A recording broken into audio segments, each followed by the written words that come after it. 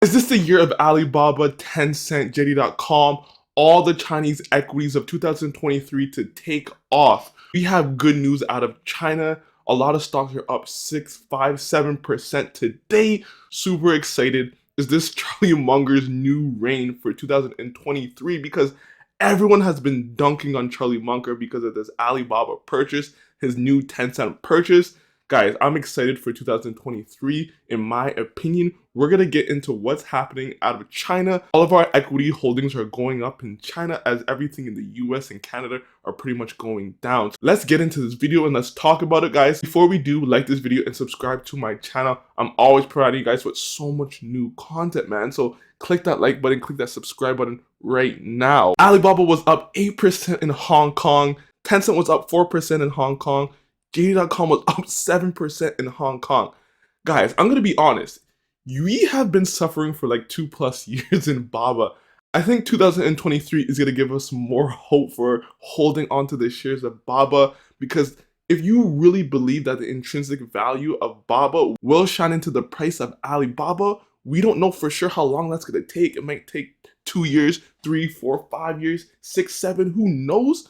But if we truly believe that, then BABA will recover. So be patient, man. And it's been a long journey so far, but you got to stick to it. Jack Ma Ant wins an approval of 1.5 billion capital plan.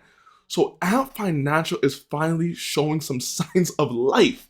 Do you remember when they canceled that $330 billion IPO back in 2020? It was all hell break loose for this company. Everything went down south, the tech crackdown. To see some light in Ant Financial is amazing.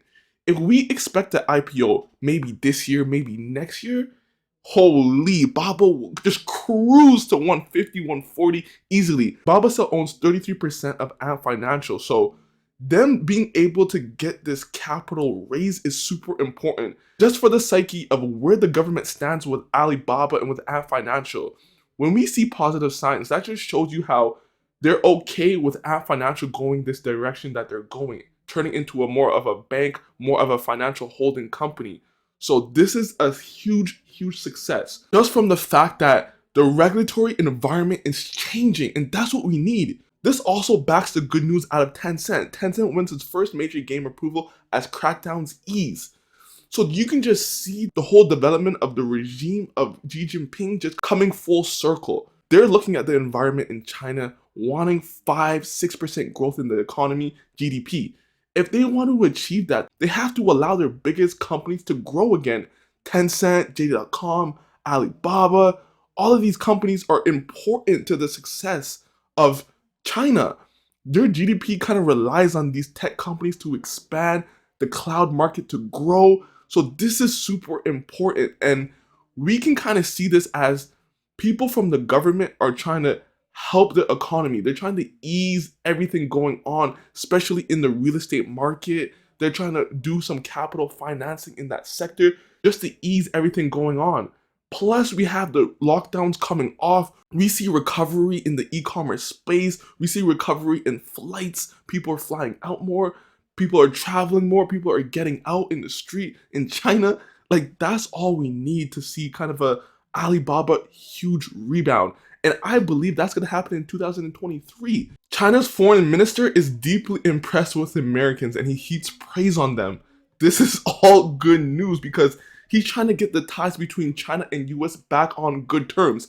And remember, Xi Jinping actually went and talked to Biden about this. They are on the phone, they're talking about everything going on and how they need to kind of get the relation back on terms. So if this does happen, we can kind of see a lot of positive news coming out of China and US relationships. I'm not saying it's going to happen this year or next year, but at least they're trying. So the trying factor brings back the sentiment of China. The sentiment is in the drain, and that's why BABA is so low, because the sentiment is so low for China. I've been deeply impressed by so many hardworking, friendly, and talented American people that I met, Quinn said in a tweet Tuesday. The bilateral ties are reported to have improved since talks between President Joe Biden and China leader Xi Jinping in November. So this is where we're heading to. So if 2020 was bad, 2021 was bad, 2022 was bad, 2023 in my mind should be exceptional. just getting things off the ground and getting that sentiment back. That's one of the most important things that we have for Baba, that sentiment shift, increasing people's want to own the company. On top of that, we still haven't even hit the stride. What if Alibaba's earnings come out and it becomes amazing?